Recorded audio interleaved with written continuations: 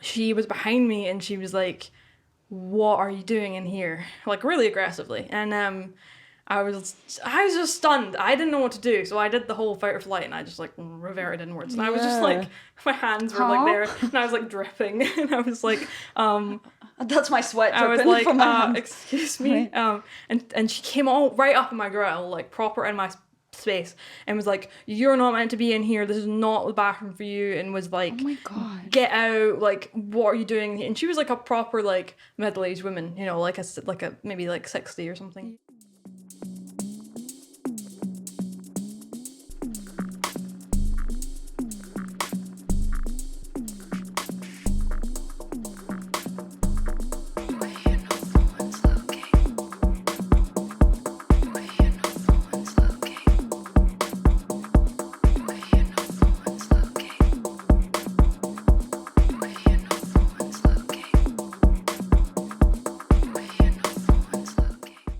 It's really funny. Brilliant.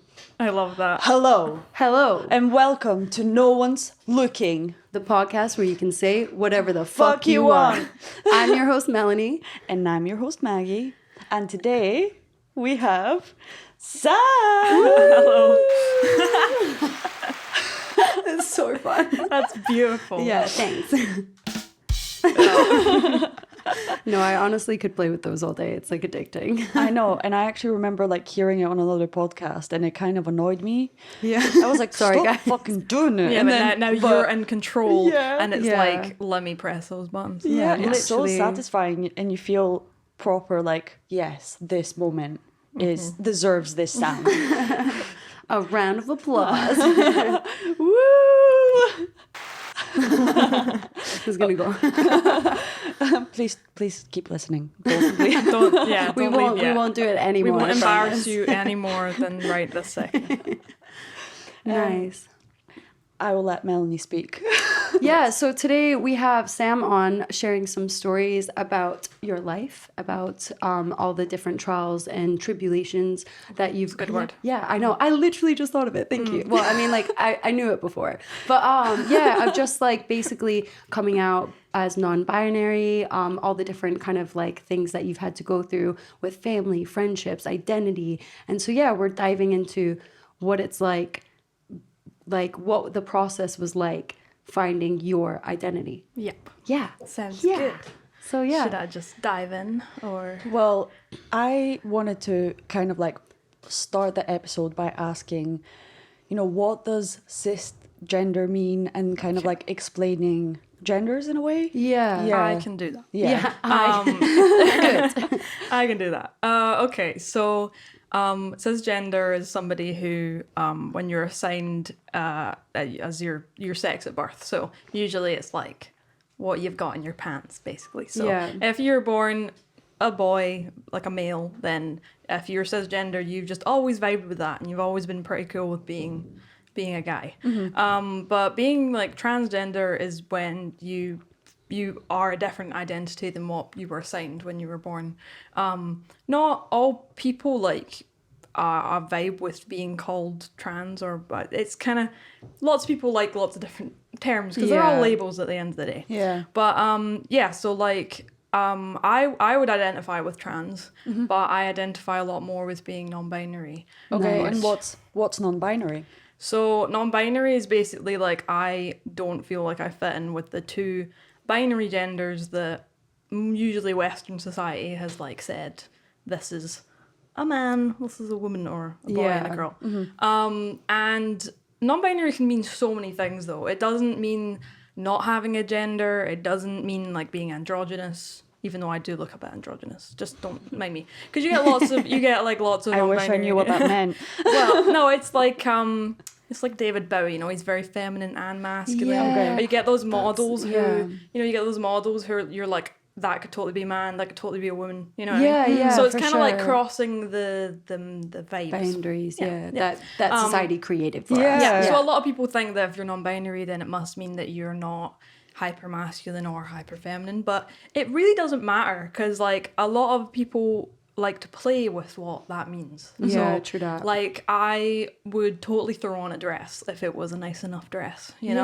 Yeah. And you get lots of people who they just do what they're comfortable with. But being non-binary is more, it's more just like you just don't feel like what society's telling you.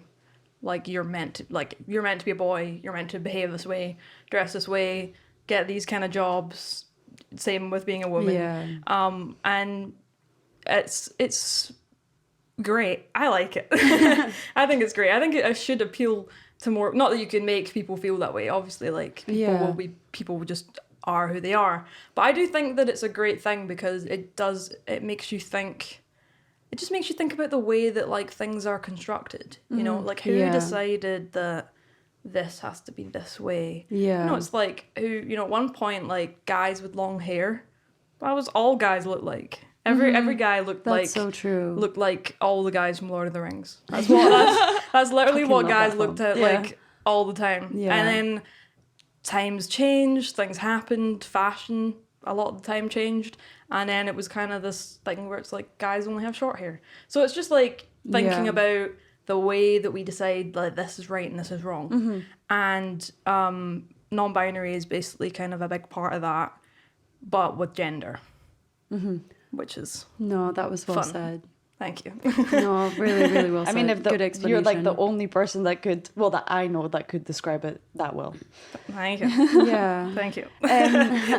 And just to kind of, I guess this could be like an educational thing for a lot of people Yeah, that for don't know sure. about it. So how could somebody ask what your pronouns are and kind of make it comfortable in a conversation, you know, so you don't, so it's kind of like there's no awkwardness. Yeah, it's especially kind of like your first time meeting someone. I think it can be awkward because it's not talked about. You know, like when something isn't normalized, it's going to be awkward. And I think the only way to get past that is to talk about it. Yeah, exactly. So the best thing to do is if you don't know somebody's pronouns is just ask them and just like in the nicest, simplest way possible and just be like, or even like a really good way to go about it is say yours first, because then it's like I love that. and it doesn't matter if you're trans or not, like pronouns are just something you should say, because if you know cisgender people are saying it,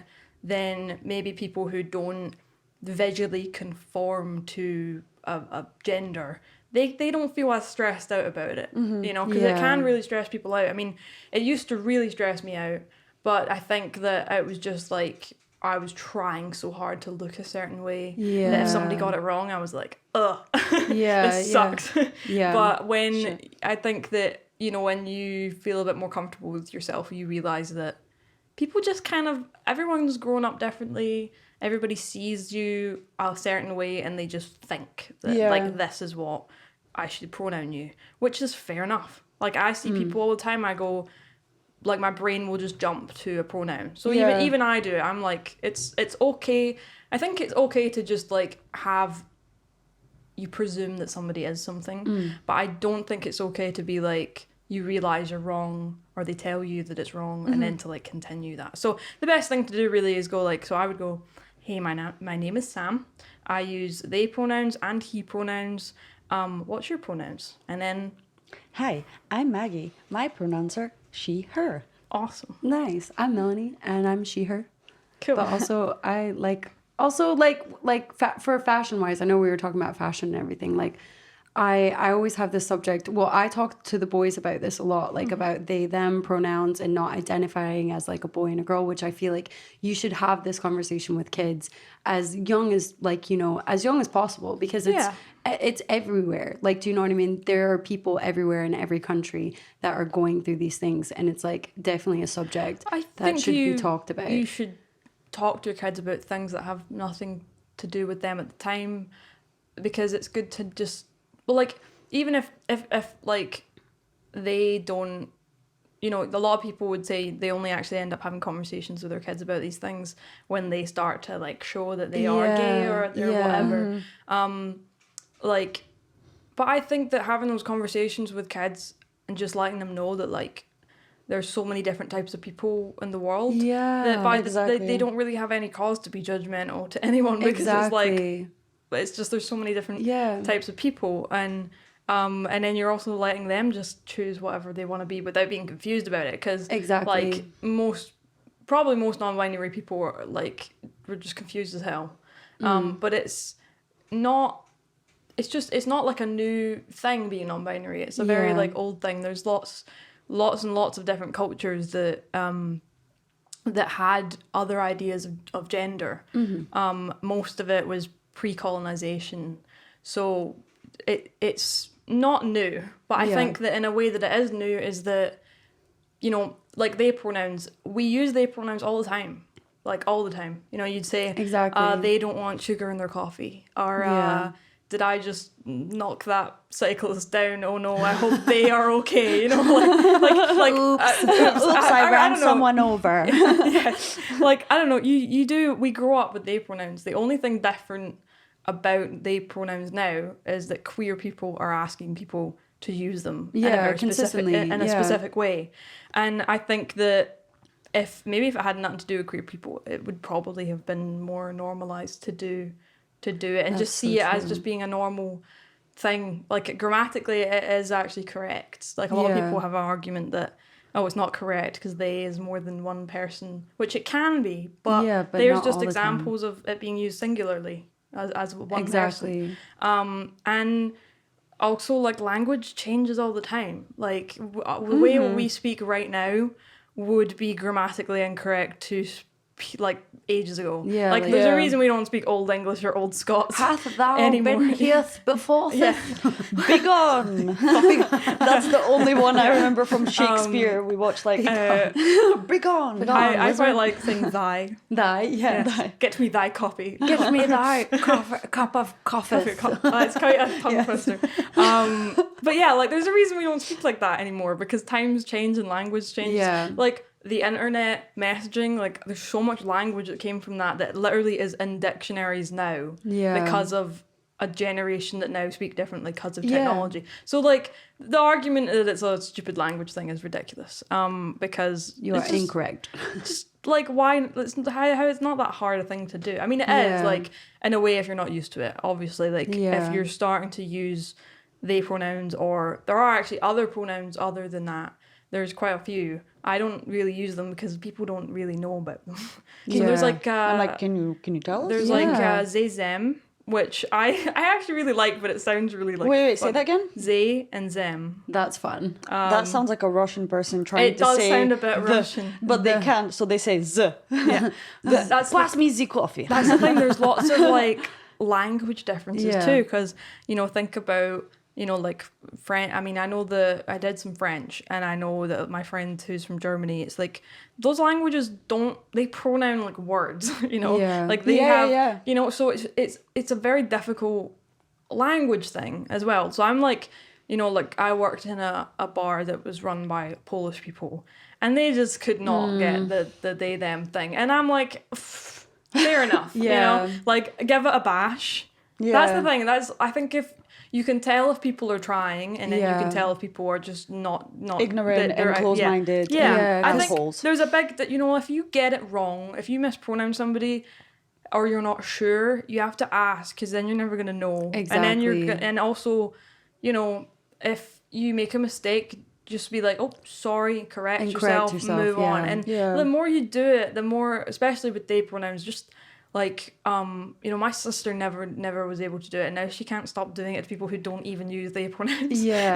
So it's just a matter of practice, but it's not like a huge thing, I think, to ask. And it's like brain training in a way, because it really is. Because even whenever I speak about use, like I'll slip up, but I immediately catch myself now, where before I wouldn't notice it or something. Some people, it's just they don't think about pronouns. They don't think of it. They don't need to think about it. Exactly. I realized that, I probably think about it every day so much, because it's just something when it's that part of your identity, you just do notice it, because you're like, grr, that's like not what I want.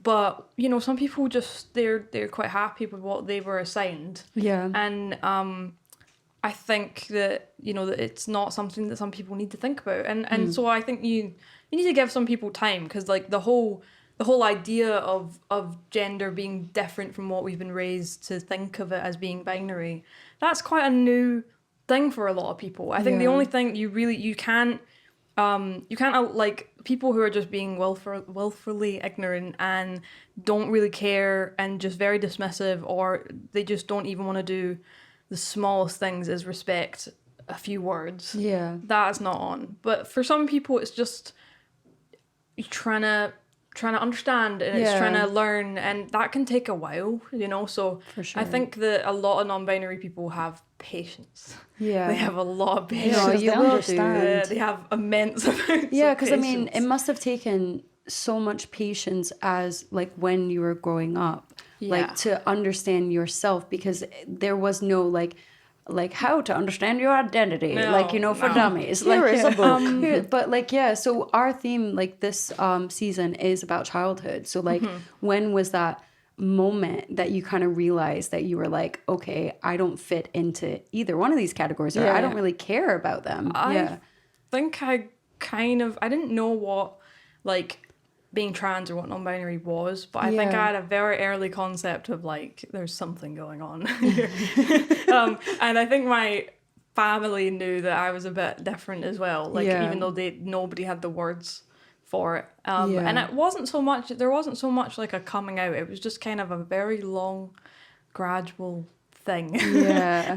Which I think most people actually experience. I think like the idea of coming out sounds very like there was an exact moment, you know what I mean?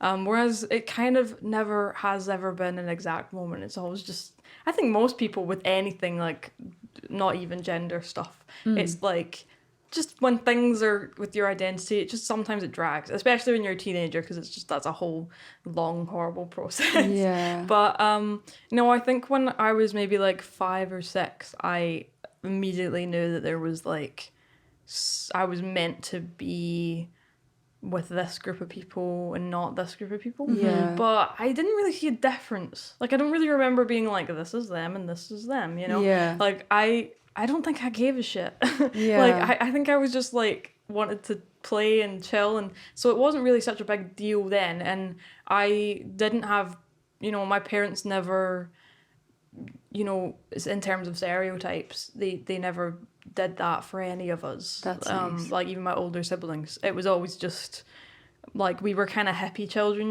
like dungarees, stripy t-shirts. Like there wasn't much of like pink and blue going on, there wasn't. So in a way it was kind of easy because I didn't really have that to deal with. Nice. And I guess I had that to deal with being pushed on by strangers and teachers and other kids, not my family. That's which so was kind of weird because confusing. for some people it's totally the opposite. Some people it's like dealing with the family pushing all those things. For me it was kind of the opposite. The only like big problems I had with people were just other people, So I'd have a lot of like, I'd be in playgrounds or at school and I'd had kids be like, what the hell are you? Like, are you a girl or a boy? And I think that they were confused and then I was confused because they were like, what is this? Like, I should know. And then I would be like, how do you, why you ask? Like, what's the deal? Because partially it was like, why are you so interested? Like, why does it matter? And also I was like, do I not look like what I'm meant to be, So it was all very like confusing, and most of the time I was just like, ugh, whatever. When did that start though? Like, when did kids start asking? When I was like 5, when I was really little. Oh, that like I remember was being just asked when I was like 5 if I was a boy or a girl. Oh yeah, me too. And I was like, fuck you. No, my For me, mom snapped. I think if you didn't have previous confusion or if you just like felt very, even at that age, because you develop a proper identity at like 5 or like and you don't have like the concepts of more complicated identities, but you have a personality, you have a thing, and like you probably kind of know the things you like and the things you like. So I think for me it was just kind of like, I don't know what answer to give you. Oh no, like you know what I mean? When they asked, I just feel like I don't know. And I got into high school and I still don't know what answer to give people. But so that was like pretty young, and I, just things like Christmas like parties with my grandparents were always really funny. Yeah. Because, you know, like I'd get put in a nice little dress and then we'd go and like sit with Santa and like all the boys would get their boy presents and all the girls would get their presents. Just about every time that I went to one of those things, I would upset Santa for one. I'd be like, why are you trying to give me this? This is horrible. Yeah. Like, you don't know me. Santa's betrayed me. Excuse me, I would like a truck. Yes. I always just felt very much like, oh, Santa doesn't like me. Like Santa's like trying to screw me up. Like he just doesn't. He doesn't know He me. doesn't get it. This wasn't on my list. Yeah, exactly. No, that was pretty much it. It was like, what is this? And I would like hide. You know how like you would have those tables with like long tablecloths. I would like hide. I would like go under all the tables and just hide. I'd get my dress all deliberately dirty. Yeah. But Fuck this dress. Now I I think even think about I that. think it's so funny. Yeah. And I had other things like that. I made one of my teachers at school cry. Really? How? What age were you? What grade? I was in like primary 5 or 6 of like primary school. So I was maybe like 9, 9 or 10. Yeah. Maybe 10-ish. It's like quick maths. And like I had just moved from like my old primary school to this new one, and it was horrible, and had all my friends were gone, and it was like a whole sucky situation. Yeah. But I would like write in this book. I would like write a little journal kind of thing, and I would write loads of stories because I really wanted to be a writer. Like so bad, and I just kind of like reclused into myself and just wrote loads of stories, and I would show this teacher like all the writing, and she would like think it was dead cool that I was like, that's so lovely. but I would so get picked on by other people about it. And at the end of the year when we were finishing that year, she like awarded me with like a prize for doing such good writing. And that's really sweet, but the thing is I was the only person who was getting anything, so it really pulled me out. And I'd already been getting picked on for being that kind of kid, for being a geek basically. And the prize was like a princess pencil set. And I did not look like one of those, like, now if I got that pencil set, I'd be like, this is cute. Yeah. But back then I was like, this is so embarrassing. Yeah, because I'm being forced. I'm being pulled out of a crowd. I'm being given something that, like, is just so not me. Yeah. And I just felt really, like, embarrassed and really, like, I thought this teacher liked me. Like, why is she doing this to me? But it wasn't her fault. It's difficult to buy a gift for kids, though. Like, it was No, it is. Melanie's son's birthday, and I was, like, trying to buy him a gift. And I was like, what do kids like? And I literally panicked. Yeah. And I just picked up a bunch of stuff, and I was like, I hope he likes this. And then just get one of each of everything. Yeah. And I was like, I just genuinely didn't know. So I think it's kind of like, stereotype, cliche. The stereotype, let's just get like I'm in Sainsbury's, let me get a pencil. She case. didn't really know me. I guess the pencil thing made sense because I drew a lot and I wrote a lot. But I think like I just was like, oh, why? Like, why now? Why this? And there was basically, she gave me, I was very embarrassed, and there was this boy behind me who, like, he was a bit of a class clown, but he, like, knew me kind of well. Yeah. We weren't really, like, friends, but he, like, tapped me on the shoulder, and he was like, that really isn't for you, is it? And I was like, no. And he was like, my sister would love it. And I was like, does she want it? And I, like, passed it back to him and gave it to him. Because I just wanted to get rid of the thing. I was like, oh. And the teacher, like, saw me do that and was like, what you doing? And I was like, nothing. And she was like, did you just give that to Jack? And I was like, yeah. And then she, like, literally started crying and she, like, left the room. And I was like, shit. But it's like... I felt really like, I was like, why is she upset? You know, at the time I was like, I'm upset. Like, yeah, exactly. And then like it's just a misunderstanding. It's a total misunderstanding. Yeah. Like, the principal who I like was a friend of my family. Like I knew she was like in my previous primary school and stuff. So like she came out and like spoke to me and was like, we were like outside and she was trying to explain to me why I'd hurt her feelings. Yeah. But I couldn't articulate why I had been hurt, you know? Like there was I didn't know how to be like, I'm upset because I've been You're putting me given in, something that just embarrasses me. Like, I didn't know how, like, you don't know how to, when Exactly. you're At 10, like, do you 10, know yeah. how to say that? Like, now I would have been so articulate and I would have been like, Yeah. the gender thing is freaking me out. Yeah. But, you know, back then I had nothing. And I remember, like, my sister Rosie, like, walking past the corridor and she gave me that, like, older sister, like, Yeah.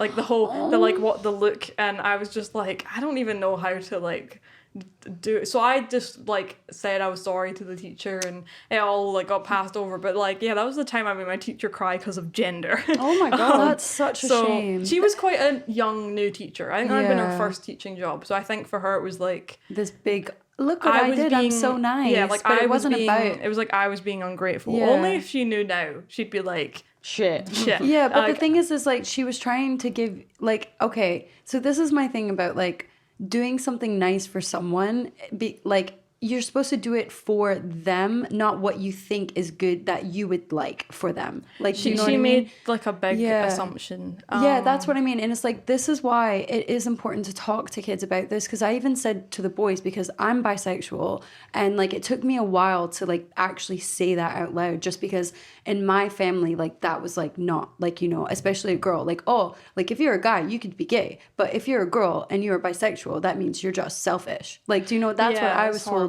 So I That's said to the mean. boys, like, I was like, we had like a big chat and I was like, love is love. Like, you know, like I like girls and boys. Like, you know, like you can love both of them basically.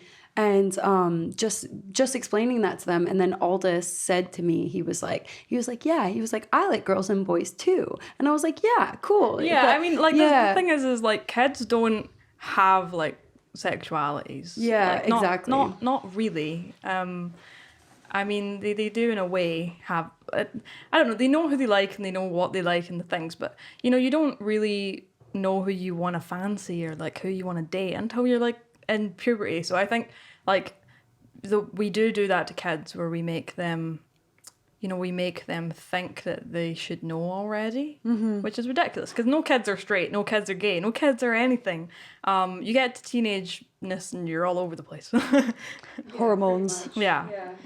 But yeah, like towards, I think, like, I really started to sort of think about gender around high school, because I like was convinced that I was like, oh, I'm like meant to be a boy. Because if you're like not feeling the vibe with being a girl, then you just, you know, Yeah. It's the like other there's one. only two options. There's only two options, so Yeah. I was like, right, let's do that. So I would try and be really masculine, and I would dress kind of boring. Did you have school uniforms? Just out of curiosity. We did, but our school was terrible at regulating them. So really, sick. like, as long as you wore Sick. as long as you wore like a white shirt with the tie, they would I would wear jeans like all the Yeah. time, and they'd be like, take those jeans away and wear trousers. But I'd come in the next day with jeans and they'd be like, I'm tired of telling you this, so I'm just gonna like Sick. Yeah, no, it was brilliant. Like, they Yeah. weren't strict.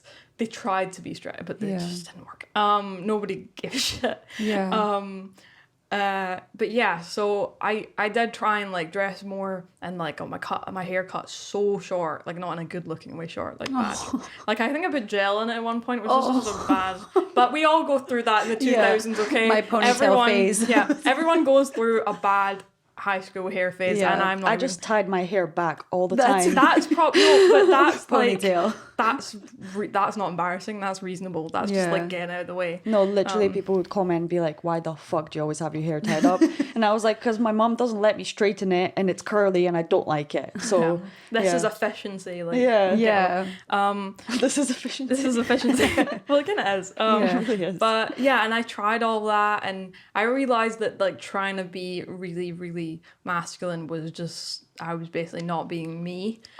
Because yeah. I love masculinity and femininity. I think they're both such brilliant things. Yeah. I think it's such a shame that we think that they have to mean anything. Yeah. Like, you should just be able to do whatever the fuck you want. For sure, Like, yeah. dress any way you want. Like, fashion is so brilliant. Like, why do we have to like regulate it so much? You know, it's Yeah. just like we should just express ourselves. But unfortunately, that's like not how we decided to do it, which sucks. But I hope that changes. I feel like it is. And I think for it sure. is. I think it is changing. It's Harry changing. Styles wearing dresses. Yeah, Tyler the Creator, and loads of guys. Yeah. Loads of guys, definitely. Like Billy Porter, he's amazing.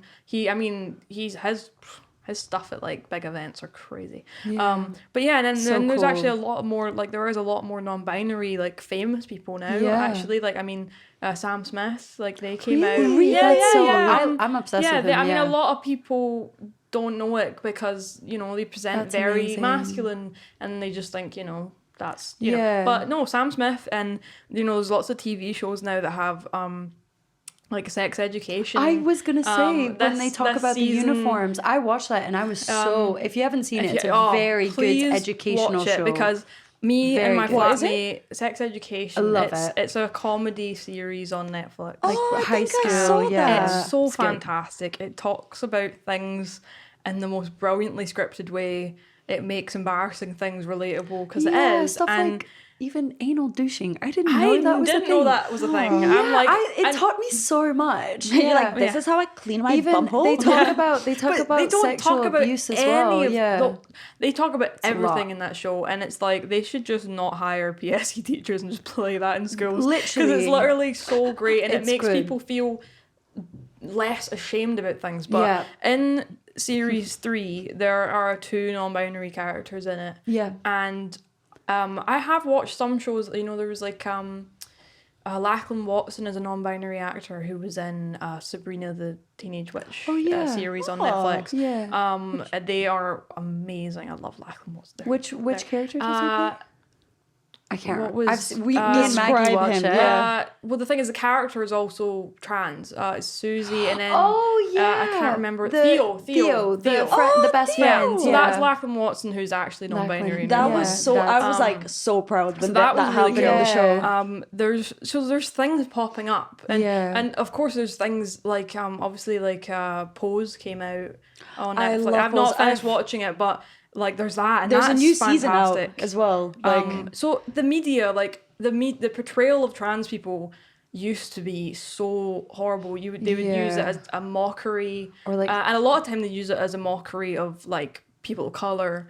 And it just is amazing now to see media that has it and portrays it so like we're just human beings. Like that's literally all it is. But in Sex Education, there is a scene where one of the non-binary people, like because a lot of people, it's called binding, where you like bind your chest. And a lot of people don't know that there's like bad ways of doing it. So I didn't know that. So the character basically uses bandage tape, like almost like if you break your ankle type thing. And a lot of trans people who want to bind their chest have used that, and it can break your ribs.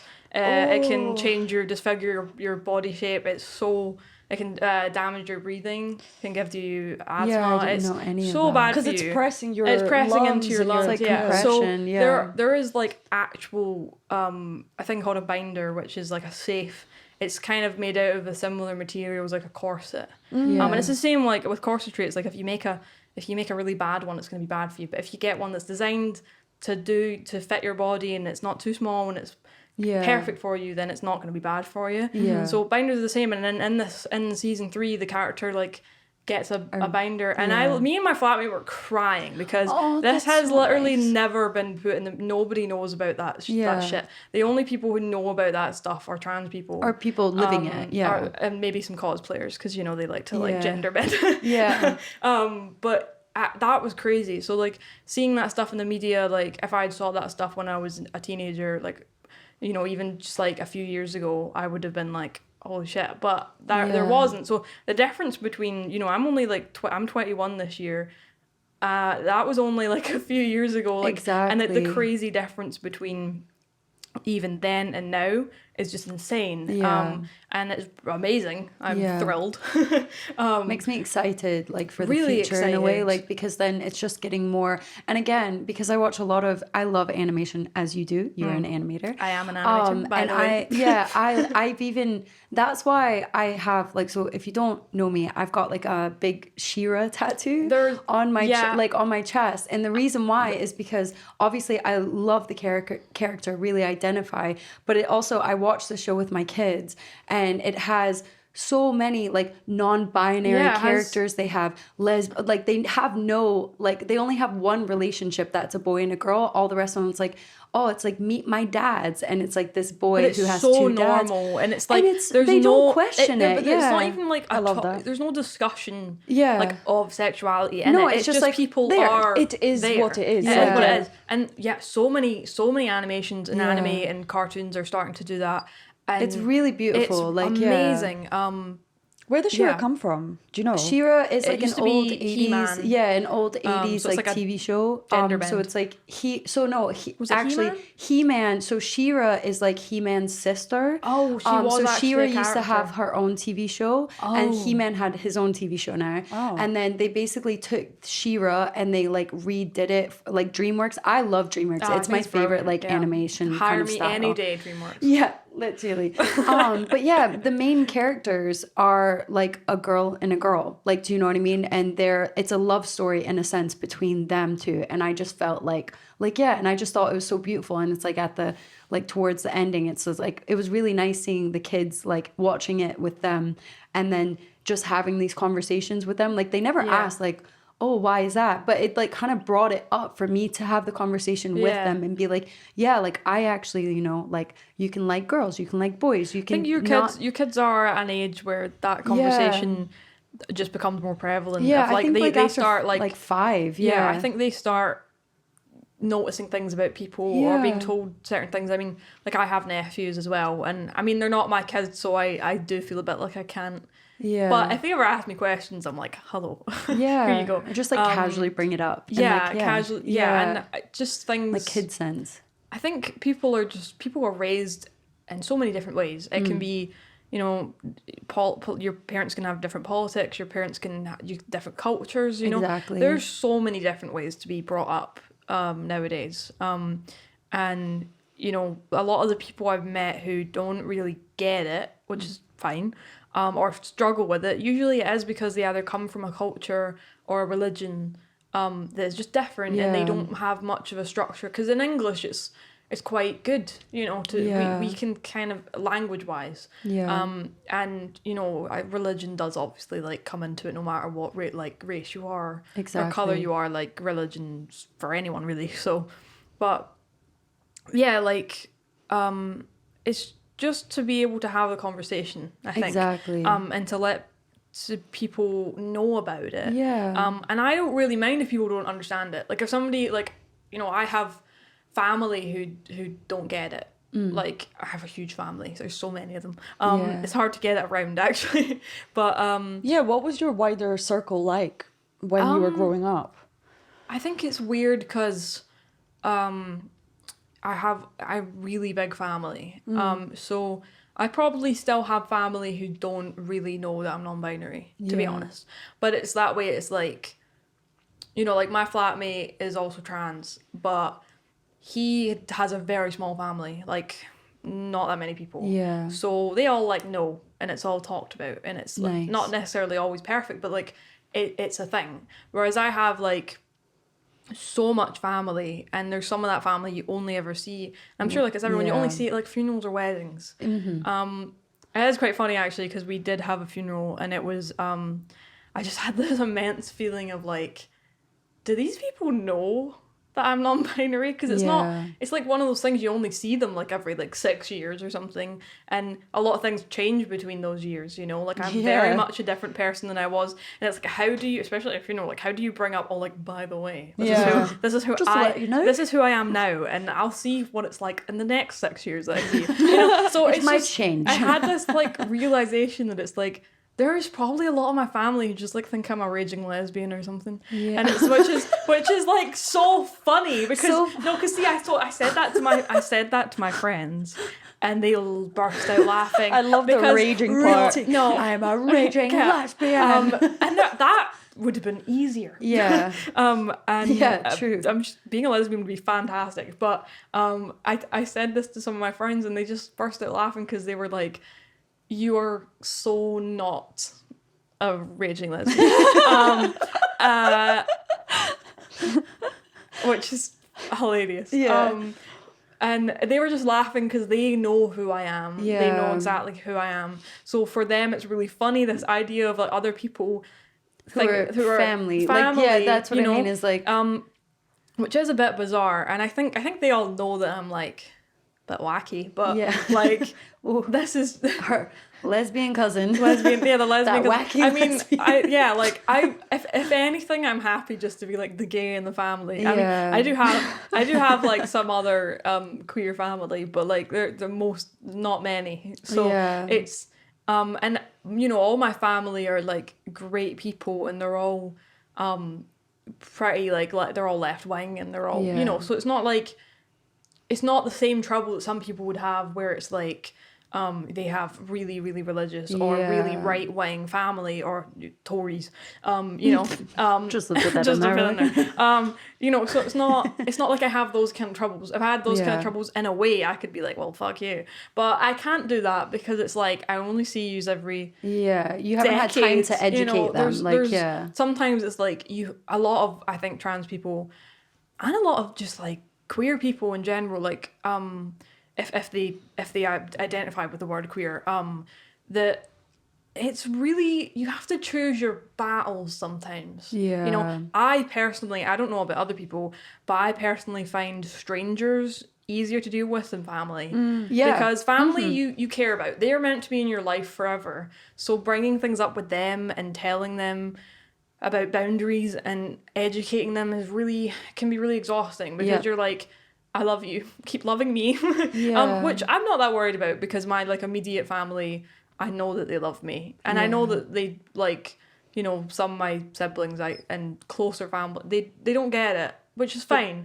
But they would never treat me badly. You know? Exactly. So like, if I did have family who were malicious, or I had strangers who are malicious, I can just be like, well, if it's like out, or if it's the family that I see only at funerals, if they were to be malicious, I'd be like, well, I don't see you ever, so who cares? You're basically a stranger. I think I'd still be hurt. I'd still be kind of hurt, because it's like, this is meant to be my blood. But I think I am incredibly lucky, I think, with, you know, my parents, and they were born in 1960, so the generation between them and me, I was born 2000, so there's like a huge chunk like of 40 years worth of difference there, and even the difference between my like oldest sister, where there's a decade difference, you know, there is differences generationally, and that we can't ignore that. And it's not to say that because you're from a generation you're going to be a certain way, but there is differences culturally with things that have happened and education. So I think, you know, like my parents have trouble with they them pronouns. They have, it's hard because when you, but the thing like is they raised me, and I think you know, there's a difference between parents who are like trying really hard and parents who are just outright horrible, because you know, you get trans people who get kicked out and disowned basically by their parents, like in Pose. And it was just a gay guy, and then he got beat up by his dad and kicked out onto the street, and then his mom came out and she was like, are you gonna apologize to us? And if you're gonna apologize, then you never speak of this again, like you never talk about being gay. It was horrible. And he was like, no, like I want to do dance, like I want to, like I am who I am. And his mom was like, well, then you're not mine you anymore. You're a stranger. Yeah. To me Oh my now. God, it gives me I know, it's goosebumps horrible. like talking about it. It's just like, I think I can't complain about the bigger family not really getting it, because I have like parents who think that me being non-binary is great, and they don't understand it all the time, but like that is just enough for me anyway. You know, and like you can always ask people to be better and better, but like I'm quite happy with that, because some people are getting kicked out of their homes, and you know, actually like the statistics for homeless trans people is crazy. Like it's so high, and it's just so sucky, because these people are probably brilliant, and even if they weren't, but like, you know, like they deserve so much more. And it just sometimes to me it's silly, because I don't see why people can't think of it as being a great thing, because I Because think it's a great thing, because it's I different think it's so, and people it's get scared. it's different. You and don't fit in a box, and now I have to educate myself to understand you, and it's too scary. That's what it's like. I get that that's it's maybe a bit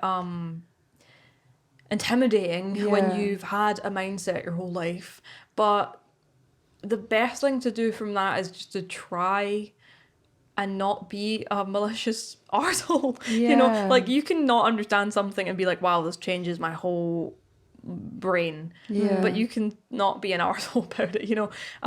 And yeah, I think I just give kudos to anybody who tries. I mean, Exactly. like, That's you know, lovely. at uni especially, you know, we have a lot of lecturers who, you know, a decade or maybe half a decade ago, all of their students, especially in animation, would have been white men, probably straight white men. And it's totally flipped to basically mostly women who, and then in my year there's about 20 of us, and there's like 6 trans people, mostly lesbian and bisexuals, and then like maybe 2 or 3 straight people. They are the outsiders in my class, and I know, like, it's art school and it's full of the gays anyway, but like, it's statistically that's pretty crazy, because that is so not what it would have been like. Yeah. You know, Like that 10 people years would have ago. 10 years ago. People would have hit it and they more would have as hit well. it. Like, I think the thing is Oh, that people yeah. are saying, oh, more and more people are coming out as this and that and that. But no, actually, they no, always people have were. always been like that. They've just had to hide. And you know, I think it's like 1 in 4 like LGBT people aren't identifying with non-binary, which is like quite a lot of people. And the thing is, people are saying, oh, there's more of us now, but I'm like, there probably isn't any more of us than there was. Like, it's just that we're less like Quiet, suppressed. that's cool.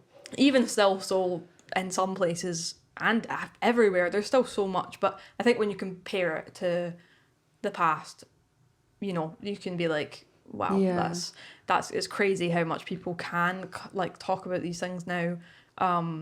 And you know, even like, I mean, I remember reading something, and it was like, there would have been a lot of boomer aged people now who were gay if governments hadn't let lots of gay people die in the AIDS crisis. Oh my god, okay. Thousands of people died, and the government didn't care because it was primarily gay people. And I think if those people had been given support and health support and had survived and had been cared about and not totally thrown to the side and dismissed, we'd have so many gay people my parents' age. We'd have so many, like, much more progression in society. We'd have so many 60-year-old gays, and it would be fantastic. And it just shows you. You know, it just shows you.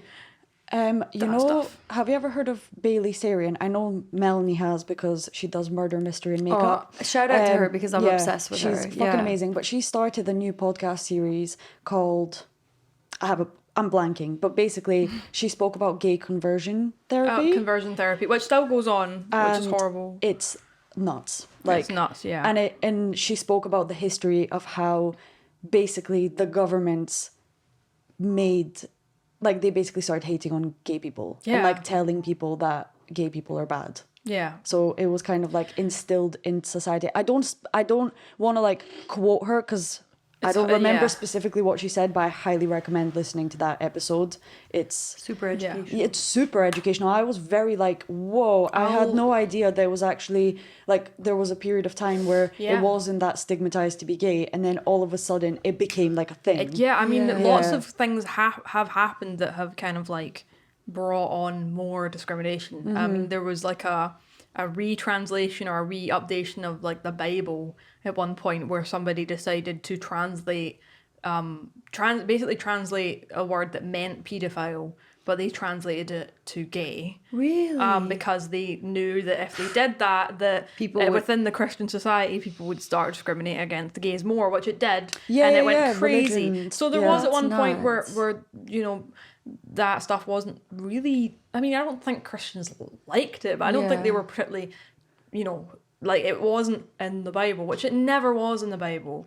but it got translated. I think people need to think about the way that things are translated, and that like which Bible you're reading from. There's been so many. There's so that's many. So true. And I think that history is really important because non-binary is not a woke white Gen Z thing. It's just I hate not. when people say that. I hate it. It's very dismissive. I think know. extremely dismissive because it's not true. It's ridiculous because. You know, a really good example, is like Hawaiians from 1800s. They had like American colonizers basically invaded and was like, oh, we won't be having any more of this, basically. Yeah. And they had a beautiful culture of, they had like, probably going to butcher saying what it is. It's okay. It's the Mahu. It's spelled like Mahu, and then there's like a line above the A and the U. Okay. And I don't want to totally butcher it because I don't want to offend any Hawaiians. No, again, you're trying and educating. I'm That's all that too matters. white. But I'm trying. But basically they had like a kind of concept of another gender rather than the binary. They did have like men and women, but they had this other gender called this word, and it basically meant somebody who embodies the soul of both man and woman. And That's so it. cool. And this person in that culture was highly regarded. They were, you know, sometimes they were teachers, sometimes they were, you know, like the kind of caregivers, you know, like they were respected spiritual. within that. And then colonization screwed it over. And the same things happened with, you know, things like Aboriginals or Indigenous people. Yeah. A lot of Native Americans, you know, have still and did have before a lot of colonization.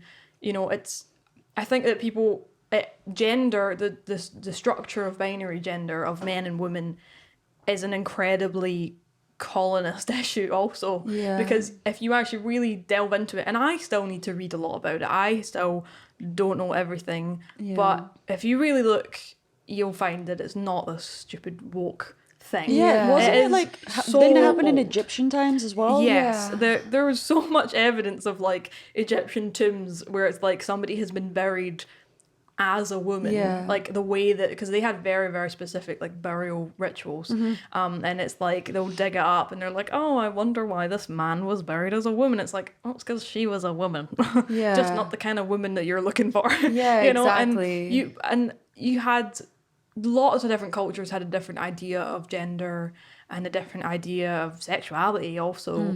I just think that the human experience is so long and so vast and so complicated to think that, yes, the way we've structured things now is the way that it has been and always will be. Because that's just not how it's been. Like, our life as on Earth has just been so up and down and crazy to think that we have the same rules all the time. I think one day we won't have the rules of binary gender. Like, I think that one day it'll just be like, You're a person. you do what you do. You find out who you are when you hit an age, and even then, you don't stop evolving. You don't stop transitioning. Like, I think you're never the same person you are for 10 years or 20 years. Like, you're always going to be changing. But I think identity is so important because people who have not been able to express their identity just suffer so badly. It's just so bad for your, I mean, if you believe in souls, it's bad for your soul. If you believe in anything, it's just bad for your health. Like, because it's it just puts so much pressure on you. Like, even like psychologically, it's just terrible. Yeah, obviously, like even for me, like dressing wise, like I felt because I was a mom, I had to dress a certain way. And it sounds so stupid as well. Or because of my age, I had to dress a certain way. And I even remember a family member, like, and we were talking about the Gen Z thing, like I bought a pair of really baggy trousers, like jeans, because I was like, wow, they look so comfy. They're not tight fitting. And I'm like, yeah, I want to wear that because it feels like me. And I bought them and I showed them off. And they were like, oh, you're just like so Gen Z. And it made me feel so insecure because I'm like, I'm not trying to identify as anything but myself. Like, and why you're does slating it? me for yeah, it. why does it have to be in this? And like then my again, generation yeah, thing. exactly. Like, but you must feel that times 10 if I'm feeling it. Like, do you know what I mean? Yeah, like times 10. Like, yeah. I do nuts. think that you get a lot of older people who just think, oh, it's like this generation's thing, and I'm like, like a fashion or something. yeah. well, I've heard people say it's that. like you and had it's- had all of your things. Why can't I have my Exactly. things? But I think that I do dislike it very much when people do that. But I think you just have to be like, well, actually, here's the facts, bitch. Exactly. No, I just like it. And No, even you have to tell them. You yeah. have to be like, well, actually, you're wrong. Because of this. Yeah, And I think the more educated you can be about things, actually, sometimes that just intimidates ignorant people. I know. If you just tell them how, Pick but a then fight. some people do love a fight, no matter how much your answers are good. And So it's like true. I Yeah, said, they just want to argue. It's like I said, picking your battles. Yeah. Because like, I think that for non-binary people, they feel they have to explain their existence all the time, and Yeah. I don't mind it so much because I like the idea of being able to educate people, and I Yeah. think I'm quite empathetic of that. But I think some people are just very like no two non-binary people are the same, like anybody else. Like no two women are the same, no two anything are the same. Like everybody's different, and I think that if you ever meet a non-binary person for the first time, you just have to be like, they're this thing that is new for you, and you have to kind of interact with that maybe differently than how you've had to interact with other people. But a good way to deal with that is just to think of everyone as though you don't know what the hell they are. Exactly. Because you don't really. I No. mean, you can't look at somebody and go, they're gay. And, Yeah. and you have lots of people who, yes, are a bit camp, but Yeah. that doesn't necessarily mean that they're anything, like, I just think that we need to separate this idea of, like, immediately knowing what everybody is, because isn't it kind of more brilliant and more interesting when we get to go on the journey of, like, finding out? Yeah, that's like, so isn't it true. kind of more fun to be like, wow, this person's this and that person's that, and we're all so cool and different and fun, and like, but some people obviously hate that because they want everything to be the way that it's supposed to be, or the way that they have this ideal image of what people should be like, which Maybe is it's like a control thing as well. Like some people just need to be in control of the situation and feel like they know what's what. Yeah. kind of, and then they just assume to try and make it. yeah, like, maybe. so I they're- mean, like narrative even like if we sorry Maggie, but even like again with like family and stuff, and it's like this whole idea, because I have kids, how could I like women as well? Like, oh, you have kids, how can you be bisexual? That's ridiculous. And I get it the most with family. Like, for instance, one of my family members came out as trans, and it was like a really big thing, and everyone was so supportive of them, and it was really awesome. Everyone was like, yeah, this is so cool, like, thank you for opening up and sharing. And then I decided to share with that. you were like, oh, it's a safe space. Yeah, safe space. Wow, you're being so cool and open. And I finally, because I don't talk about this besides like with like my sister and my niece and stuff like that, but like I decided to say, I'm actually bisexual. I've had sex with women and men. I've dated women and men, like, but I just have never told you about the women because I felt uncomfortable. Yeah. And immediately faces switched. It was like, no, you're not. That's what they said to me. Like, no, you're not. You were like, you're what? lying. Like, why are you saying this? And I was like, how can you be supportive of them, but then not of me? Like, Yeah, and it's a bit bizarre. yeah, I thought that. But I the was thing like, is, damn. though, is that there is, there's a lot of that within like the queer community where you Yeah. get a lot of people discriminate against other queer people. That's so true. I've heard and, about this. It's really annoying because with bisexuality especially, Yeah. you get lots of lesbians who absolutely hate bi people, But, like, and you get lots of why? gay people who I've men. heard But people it's- say Yeah. you I need to think- decide. I think Why? that it's Yeah, like but I I've think heard that that it's before. really Gender fluid. it's really I think a lot of it is that we're like taking concepts from a lot of like straightness Yeah. are getting pushed into a queer space when Yeah. really we should all be rooting for each other because we're The more the not merrier. not in a position to not root for each other, but it happens because, and in a way I think it was my dad who mentioned that this idea of like that maybe like a lesbian wouldn't like dating a woman who's a bisexual because she's had really bad experiences with being like played around with, or there's some kind of trauma there that's like she's had a past experience where she then can't trust people, or it's like, you're not really a lesbian, you don't really love me. And I think a lot of it comes from a lot of insecurity. And I think that it's a really shame because I think it's but I think it's really a shame because that does happen, and you get lots of gay men and lots of lots of like sexuality queerness who really don't like trans people, and they don't get the whole there's a lot of inner conflict within that community also, not just outside. And again, it's one of these things where it's like, we really shouldn't be fighting each other on this shit. We should be like and I think it's just, again, there's so many different types of people even within that community, so it's like a lot.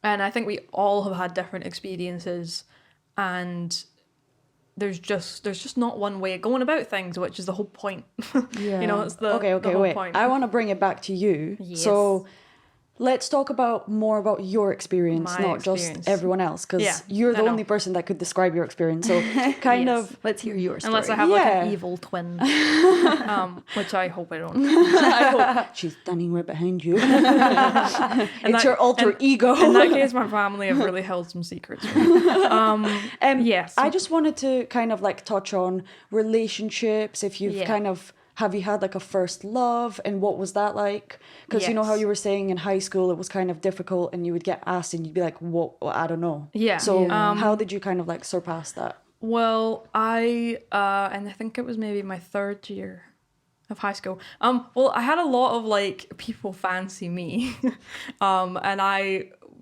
was very unfortunate for them, because it was because that sucks for you. I love that. I never realized. I was just extremely oblivious. I think I was very stuck in my head a lot of high school. I was very quiet and very shy and like just in. I was like, I could protect myself that way. And I think lots of people do that. Lots of people do it the opposite way also. But no, I met this girl called Emily, who I met in like third year. So I think I was like, 14, 15-ish, around then. And I really liked her. And I knew that she really liked me. And but I didn't really ever really crush on people ever. I still kind of don't. I don't know why, but so we were, and it was kind of the expectation that like, in high school, well, this person likes this person, you go together. So we like it was so cute actually, because we had our friend basically like pass messages between us, because we were too shy to like actually just go up to each other and be like, hey, want to hang? So we had like the message, and it was like so high school. She was like, I like you too. Do you like me? Check this. It was pretty cute, but no, we kind of went out for a bit, and it was all, we were both struggling with a lot of things. Like we were both really unhappy teenagers. So there was kind of like that, and then it was kind of like, what is this? Like, am I a boyfriend? I don't know. Like, I don't think either of us were like, there was all these things, expectations of like, if you go out with somebody that you're like meant to have your shit together and you're meant to know what you are, and we just didn't. But like, she was so amazing, because she was like, she always helped me with that. She like tried to help me figure out what it is that I wanted and what I was comfortable with. And we didn't go out for very long, but like and there was like drama, and it was high school and all that. But I think that like meeting her really helped like figure out a lot of things. We ended up not talking for a while, and then we were friends again, and we're best friends now. That's nice. We've been best friends for years. And that's nice. I think a lot of people were like, oh, you dated? That's so weird. And I'm like, we dated for like 2 months. And it was all very high schooly and dramatic. But I think like throughout like so many difficult times, I had Emily be like, help me, and I hope I helped her with things as well, because we were both like I said, sad teenagers. But I think that just like sometimes like meeting people help you find out who you are. And when in my last year of school I ended up going to counselling, and she always like supported me with that, and my family like supported me with that as well. And that helped a lot. Just like being able to talk to like a random person was really great. But I think the thing is, the counselling for gender is really bad, to be honest. Because the NHS has a service for it, but it's not uberly well funded, and it's very like the counselling was really good, but it's like a system, like, because they have a very long waiting list, and once you get on it, you do the counselling, and then you kind of have an expectation to move on medically. So what's the counselling like? What do you have to do? Well, for a lot of trans people, you know, like people they know what kind of like a sex change is, you know. Well, for trans people, some people, like anyone, wants to change things about themselves, but not every trans person wants to do that. You know, like I said, none two are the same. But you can pay privately, like the way you'd get a nose job. You know, you can go and do whatever you want, but that costs an extortionate amount of money. So the NHS does have a system that supports trans people, but it's not brilliant, because it's still some of it is still old fashioned ideas, like binary systems. So when I went, the counselling was great, but when it got onto the thingy of like, are you a boy or a girl, it was all very like, this is still not helping. This is still not helping. And I don't think I truly really realised I was non-binary until those sessions ended, which was when I finished high school, probably. So I was like 18. It's not really that long ago, actually, but because for the longest time I thought I was like I identified as being a boy, and I still kind of like people thinking I'm a boy because it's fun, but I kind of most of the time find it enjoyable when people are like, what is I kind of like, I used to be really comfortable with people being like, what are you? And now I'm just kind of like, I'm making people think. I'm confusing the fuck out of people, which I think is always a great start to a conversation. I kind of embrace the difference now. I think it's nice. I think it's good thing. That's super uplifting. And mind you, I've not had a lot of malicious experiences compared to a lot of other people I know, so I've been incredibly lucky, and I think I'm at a point in my identity where if somebody was malicious, I'd be secure enough within myself to be like, well, screw you, you know. But I don't think it was really until the counselling finished, because basically they want to know like what you want to get done, and I was like, I'm not ready for that shit, that's scary. And a lot of other people would want to do stuff and go in medically, but I just was like, no, like I don't really want to do that. I just want to chat. I just want to chat. Like I just want to. So there's a whole. I don't really know a huge amount about how all, because I left pretty early. But so it was, you decided to leave because you just felt they weren't getting what you were talking about, or I wanted to leave because I felt I'd said what I needed to say for the time, and I think it had really helped me, but I just think I was like ready to go and just try and like do the being myself rather than talking about doing the being myself. And also one of the counsellors I had was this like funky middle-aged woman. She was fucking amazing. I can't remember if her name began with it began with a C, I'm sure, but I had like 3 different people who all had like a name beginning with C, and I like don't remember. They were all Carols. They were all not Karens though. Karen they were with the a C. Opposite from Karens. Opposite I know. for Got such a bad rep. Just the name though. But no, it was one of them. She was retiring, and I was like, oh well, I'm not gonna get better than her, because she blew my mind. So I was like, no, I'm ready to like leave. And I'm glad I did, because I felt like it was like, okay, well, I've gone and done that, and now I can like try and thingy. But it was a weird time, because it was like I was finishing high school and I was like going to college, and I was trying to get into art school, and it was like, I've always kind of used education as like a focus to get away from other things. You can, and I'm a big nerd, so it worked out.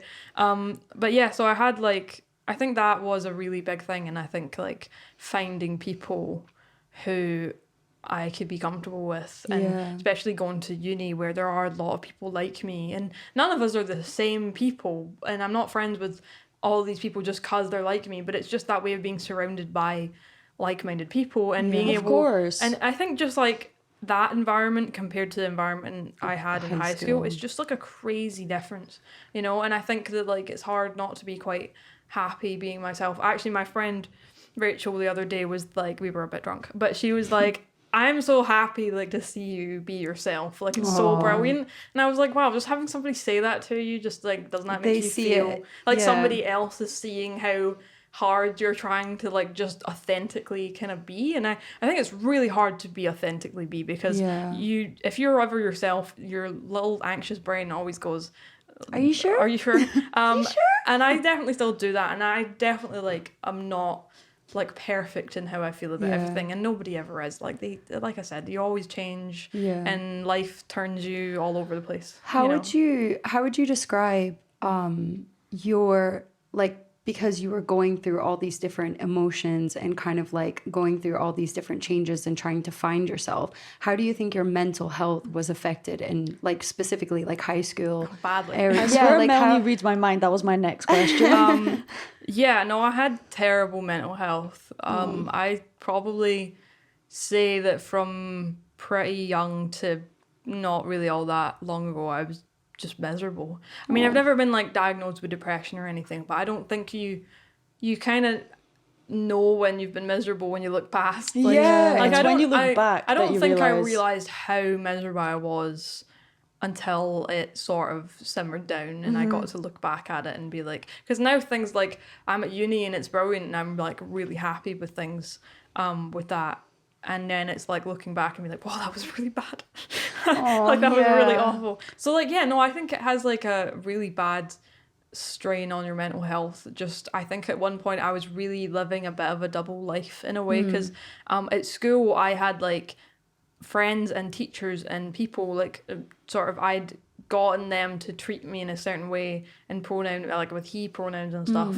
But at home I was not doing any of that. I'd like just completely separated the two from each other. So when I went home, I felt like a very different person from like the thing that I'd managed to build up with people at school. So it was really weird because it was, I don't know what it was in my mind that thought my parents would be like, I think I just had heard all these stories about people getting kicked out and stuff. And I'm like, now I'm like, God, my parents would never have done that. They love me far too much. But I think when you're like young and just don't know. Anxiety, overthinking. All of that. You just don't really know what to do. I felt very like stuck, very like, ooh, you know. And, you know, I think just didn't know what to do. So I just kind of split it. And I think,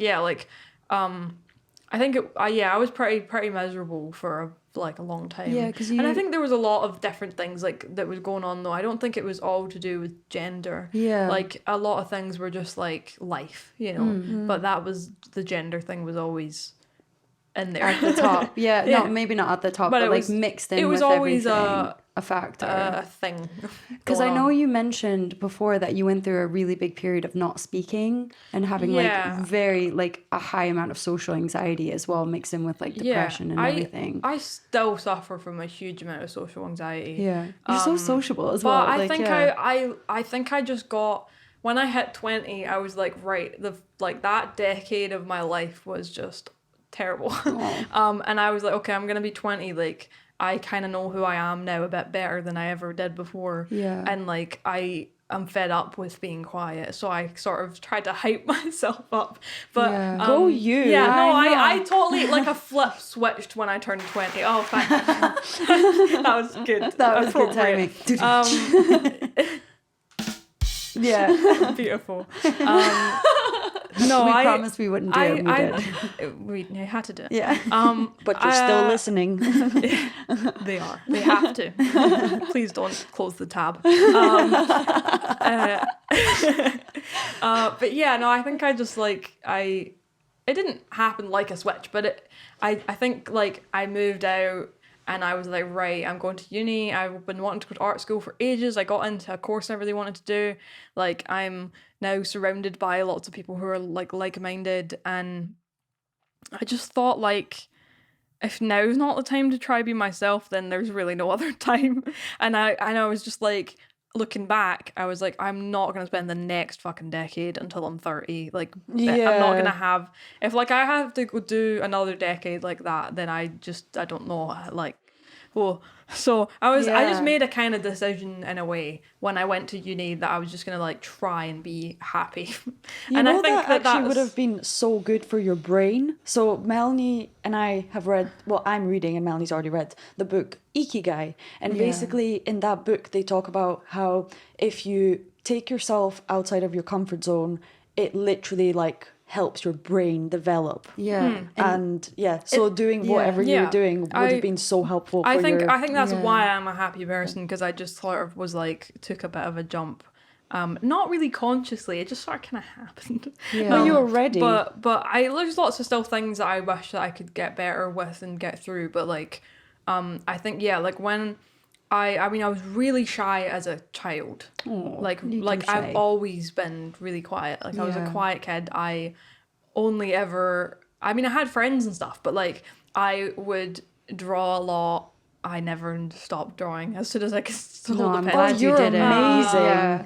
Yeah, Sam is an artist, and like Yes, honestly, check them I am. out because your work is unreal. I'm Thank obsessed with you. you. Yeah. I try very hard. Yeah. But no, it's kind of my life. Like it's always what I've done.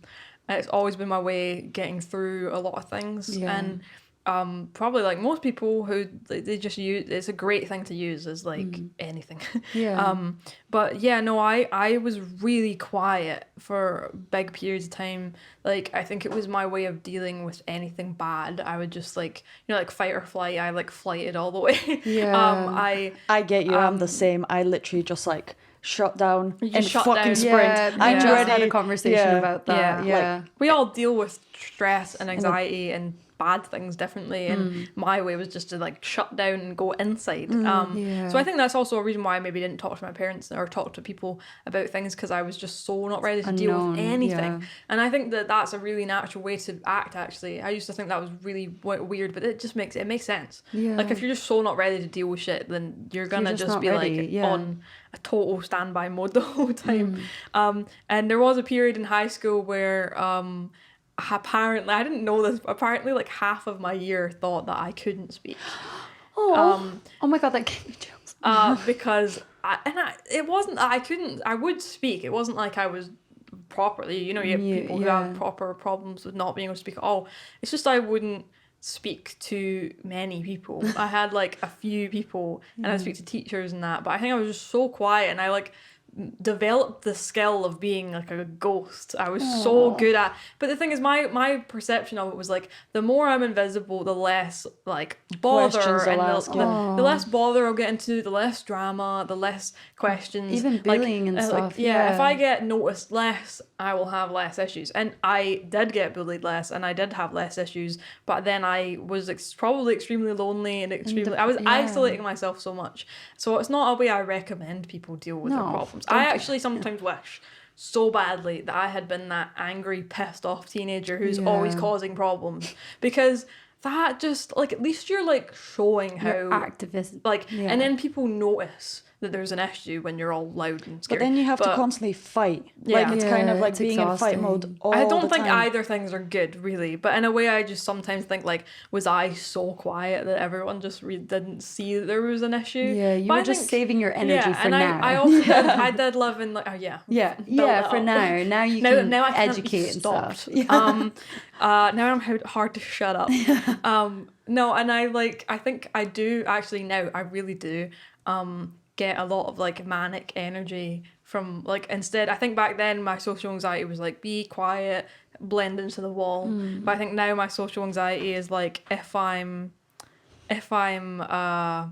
dealing with things and social anxiety, I think my thing to do is to build up all that energy, and it becomes kind of manic. And my dad has it. I think I got it from him because Yeah, your dad's so cool. He has periods of like so much energy, and he's just da-da-da-da-da. And then he goes quiet, and I'm like that as well. But I'd much rather be a bit chaotic and a bit manic and excitable and talkative. And I think I'd much rather people tell me to shut up now because I'm talking too much than be what I was when I was younger. Because that sucked, you know? So now I'm just kind of like, screw it, I'm going to annoy people, let's do it. No, you've saved up all your words for now. And Saved it's up, like, yeah. you have a right to have a voice, and you have a right to voice your opinion and educate people on a subject that maybe again, that's not in their circle of friends. Like one of the biggest thing that I learned about like trying to educate yourself on different subjects of like equality and all this is just make new friends. If you don't know about something, get out of your comfort zone and make a friend who is in that circle of that subject or something like that. Even like, so it's like, I didn't understand this issue and as much as I do now until meeting you. And it's like, I'm so grateful that you're here and so open. Grateful that you're here to just educate me, myself, Maggie, all your friends and everything, because like if you didn't do that, I would have no outlet or kind of personal source to tap into to understand. I think that I think I really don't mind talking to people about it and educating people about it, but I think that there is trans people who are just fed up having to even talk, and I get at times I do feel a little like, God, it's like so annoying that people just don't know. But then I think that I just tap into reality and I'm like, well, that's not how it is. So at least they're not ignoring it. Like, do no, you know what exactly. I mean? And I think that you're right that like meeting new people and just continuously realizing that there are more people than what you thought is a great way to like learn that you're not the only type of person yourself that's out there. And I think that it can be really hard for anyone to understand who has never went through like identity gender wise thing. Because you know, if that's just never been a problem for you, it's going to be really hard to like get it. Yeah, exactly. Okay. On the topic of not getting it, I've got a question. Yes. So, you know how there's been this massive debate about bathrooms and like how, you know, whether we should have just one bathroom for everyone to go into. Yes. I do know a story that you have. Yes, I do have a story. And do you want to share it? I will share this story. So one of the probably like the worst experiences I had to do with gender, like like at school, like the bathrooms were just like hellholes anyway because it's high school. But I actually had an amazing teacher who let me use disabled bathrooms because he was a legend. This is nice for you, Mr. Conway. Cool name. He was great. He was just like, this fucking child is suffering. Let's give them their own bathroom. But it was like in the art department and it was like hidden, so like not many people knew that it was there in the first place. He was like, don't tell anyone. And I was like, and it would be clean. It was. It was so clean. So you know, when I did go into bathrooms like in high school, it was like I would get kind of mocked and teased. But like, when would I not? So it was just kind of like whatever. But no, I had an experience that has made me hate service stations. I hated them already, but I double, triple hate them now. So me and my family, I think it's just me, my parents, and my sister, were driving down to England. I think it was probably to see some family. It might have been a wedding. Can't quite remember, but how old were you? Probably 13, maybe 14. I was like at that stage of like puberty where you're like kind of lanky and like crouchy. Like the mood swings had really hit in. You know? And I at that time was really dressing extremely masculine, and I was wearing like a trackie and a hoodie. And I only ever wore like black because black is the manliest color. Like it is when you look at men's fashion. Like it's just black. And I was wearing trainers and I had like a hoodie. I think I had like a cap. I was like proper. I was a teenage boy and I looked like a teenage boy and I acted like one and I was moody and annoying and all the characteristics that you need for that position. Check. I was like, check. So we were traveling. We'd been traveling for ages, so we stopped at a service station. And service stations suck because they're busy and gross, and you're like kind of groggy, and everyone's a bit groggy, you know. And because it's a service station, I need to pee. So I like always had a thing where it was like you would stand between the two toilets and I'd like look between them and be like, what one's mine? And I think it's because of a few experiences I had, but this one in particular was that I went in, I went into the women's obviously, and I did the pee like you do in a toilet. And I came out and when I had first went in, there was this lady and she had like was going in at the same time I was going in, and she kind of gave me like a look, like a side eye, you know, like a you know. And I was just kind of like thought, you know, like when you have social anxiety, you just think everybody's staring at you. Yeah. So I was just like another one of those. Yeah. I went to pee and I came out and I was washing my hands, and she was behind me and she was like, what are you doing in here? Like really aggressively. And I was just stunned. I didn't know what to do, so I did the whole fight or flight, and I just like reverted inwards. And I was just like, my hands were like there, and I was like dripping, and I was like, That's my sweat I was dripping like, from my hands. excuse me, and she came all right up in my grill, like proper in my space, and was like, you're not meant to be in here, this is not the bathroom for you, and was like, Oh my God. get out, like what are you doing? And she was like a proper like middle-aged woman, you know, like a maybe like 60 or something. Yeah. What a bitch. Yeah. And she was really hostile and horrible and so angry at me for being there.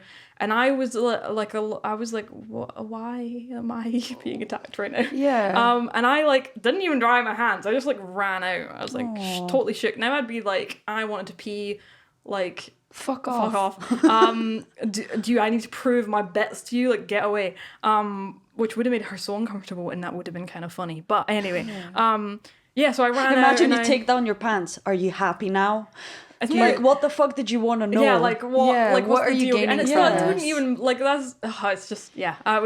She was very horrible, and I ran out. I didn't even dry my hands. I was like wet, and it was like I didn't even know what to like do. I actually didn't tell my parents or my sister about it because I just felt very embarrassed. I was like, I feel like that wouldn't have happened to anyone but me. So I felt really embarrassed, but it was weird because I felt conflicted because I was like, I think I like walked by a mirror and I was like, ooh, I real do look like a boy right now, like uber duper. And I was like, shit, like she totally thought I was an actual lanky, authentic teenage boy. And I felt good. Yeah. Because I was like, that's what I wanted. So I actually felt great, like inside. There was like a little bubbly. And then I felt really bad because I was like, that was so aggressive. Is this really what's going to happen when I go into toilets? And like it had happened at school. But like it was a different thing with teenagers because they were assholes anyway. So it was just kind of didn't expect. It was like the fact that it was like a grown middle-aged woman who was being really aggressive, and I just didn't expect that. I expected her to just be, you know, do her business, put some lip liner on. I don't know, like what normal middle-aged women do. I don't know. But I just was like so shook, and it made me upsetting. Even more anxious about bathrooms because.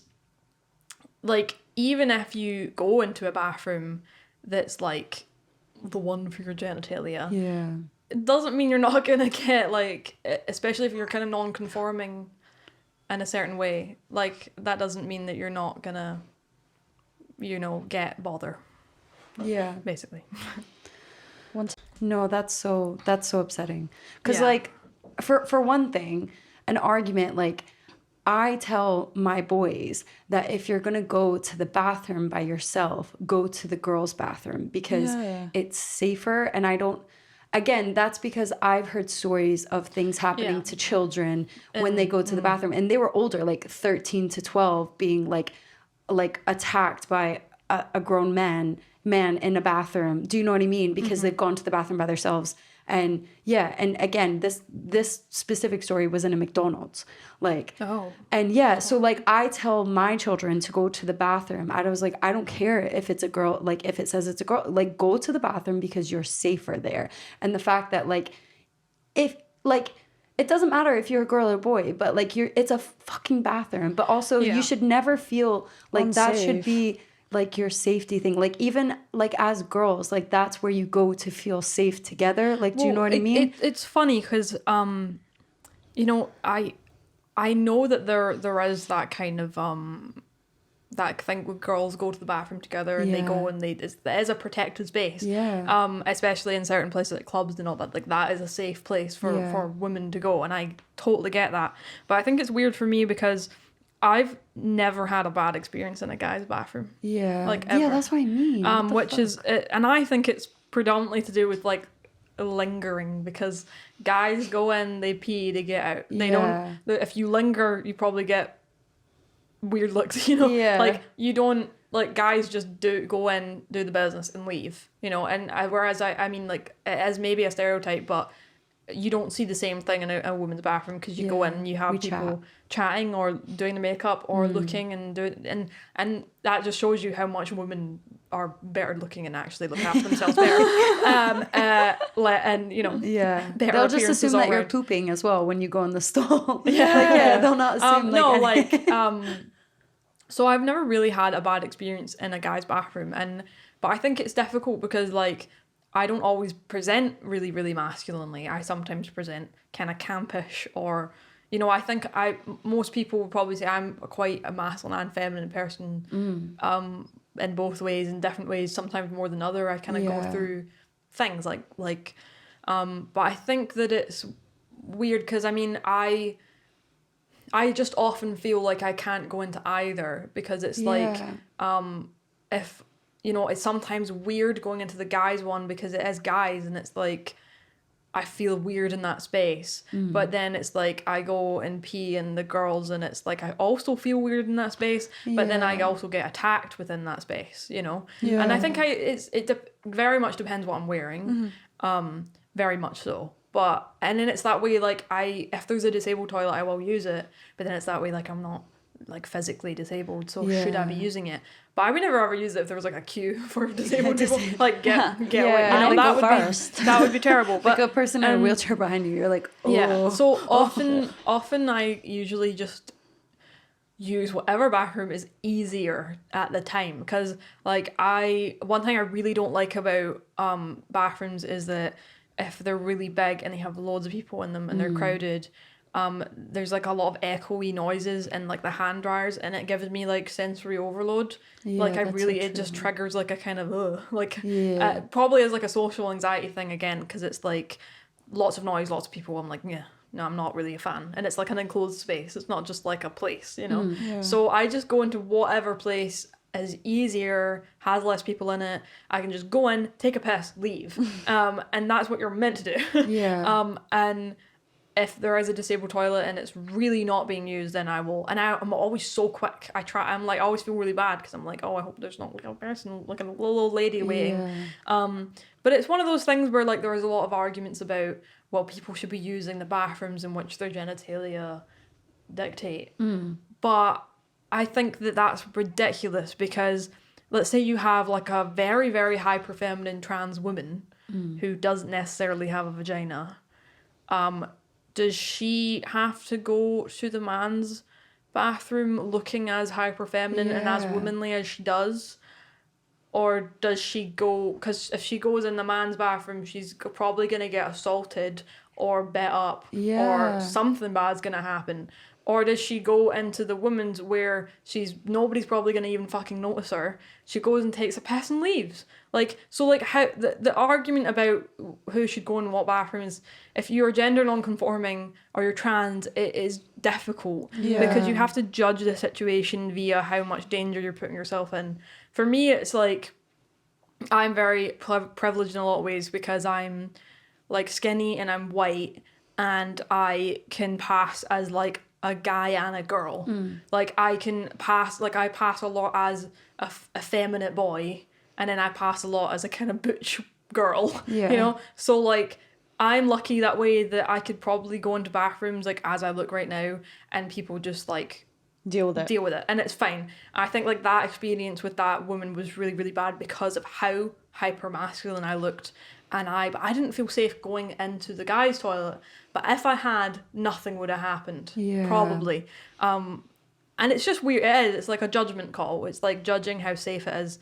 And I think you shouldn't have to do. I know, no, it's you just shouldn't. a toilet. Everybody needs to be. It is, but everybody poops. And that's why, like, I think I think having, like, stall toilets that don't have a gender on them. Yeah, that's what I was saying. It must be really comforting. Not like a room with the sinks and the mirrors and then stalls. Like the way a disabled bathroom has a toilet, maybe a urinal and a it sink. has the boy and the girl on the and front. It just has both. Like, having just a few, and you probably save space and lines and as organize well. and lines. Yeah. And it would just be really easy, and it would just be like, you go in and maybe even making all of them disable access as well. You may as well just hit 3 things in one, you know? Yeah. And I just think maybe they don't all have to have like baby access or whatever, but like it just would make things better for everyone.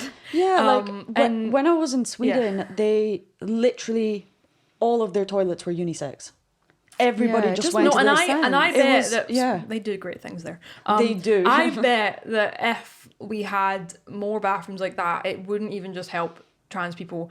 It would probably be better for certain assault, probably, because I mean, even without the whole gender thing, like women can get assaulted in women's bathrooms, men can get assaulted, and like you said with your boys, like they're young boys, you get really creepy dudes, you know, you don't really want, and you would have send women them in there, and and as at well. least like I think sending really young boys into like a women's bathroom, like yeah, you get some nasty women too, but like you'd have women in there who would be like, they're just kids, like fuck, like get off, you know, whereas you might not have like men necessarily. Well, I don't know, like it very much depends, because there's just so many different types. You never know when somebody's a danger or not. Like it's very hard, which is why I think it's like so stressful for trans people. And like I had that experience and a few other ones, not quite as bad as that one, but like trans people get attacked in bathrooms. They get assaulted. Shops. They get sexually assaulted in bathrooms, and I don't know that it matters which one they go into. That can happen in either. Yeah.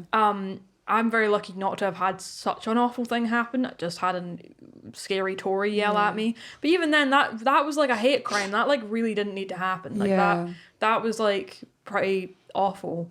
But I think like now if that was to happen, I think I know how to deal with it maybe. Yeah, but you're a child. But I was a kid. I was shouting at a child. I was 13.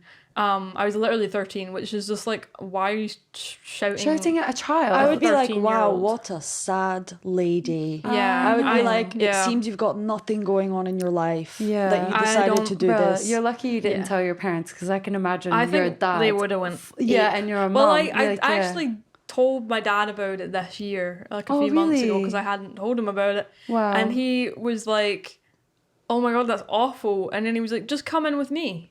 And I was like, "Huh?" That's And he was like, "If we're going to like a bathroom and like you're worried, if we're at a service station, we're both going to pee, just come with me." Aw, And I was like, "Really?"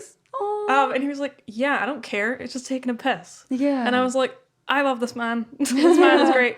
And I think that it's just, I can understand why maybe if a masculine looking person maybe goes into a women's bathroom, I can kind of understand why maybe some women would feel a bit like intimidated and like, because maybe they've had bad experience with men who are also masculine. So I can kind of sort of understand where they're coming from. Maybe they've had assault or sexual assault, and it's just like, why are you in my safe by space? a 13-year-old though. Come But on, no, bruh. yeah, that was just a total Specifically, Tory yeah. incident. That was just bad. But I can maybe understand why, like, you could be intimidated by that. But I think that it's like just not how it is. Like, I mean, and also people, I reckon that people who sexually assault people of the opposite sex or opposite genitalia, that they probably don't do it in bathrooms because they're separated. So like, if a man was trying to assault like a woman, I don't know. really know that he'd be going Imagine to do it in he a rocks toilet. in Like, here, like, full of yeah. other women who can also fuck him up. Like, Yeah, like, but also, like, I mean, if that is what that sexual assaulter is trying to do, he's real fucking dumb. Like, he's gonna get kicked the shit out of by lots of women. Yeah. You know, it's just. Well, he would. Yeah. As soon as people would start figuring out But what's it's also happening, they'd be like, excuse me. it's the fact that she was in no way in danger or felt threatened no. at all. That's what I mean. It's Not at like, all. you're a older, middle-aged woman. This person was not threatening you. You had your head down, wasn't paying attention. You also had social anxiety on top of all of that, and Yeah. like, in a sense, paranoia on top of it. And she went out of her way to. And again, and I've seen videos of this, like trans women going into a shop, like, and just doing their shopping, Normal things, and yeah. then just being like, oh, what, like people coming up to them and being like, what are you, like, blah blah blah, and they're just like filming their stuff. This is what I have to deal with, just doing my shopping, I like, getting think groceries. I think that What like is up with supermarkets and people being assholes? Oh in them? yeah, we actually did an episode. I hate about supermarkets. I avoid them at all costs. Yeah. But yeah, so I think though bad experiences though, like I've been very lucky. I mean, and I think that, you know, the stuff that happens to like black trans women or trans people of color is crazy bad. Some people get killed, some people get murdered.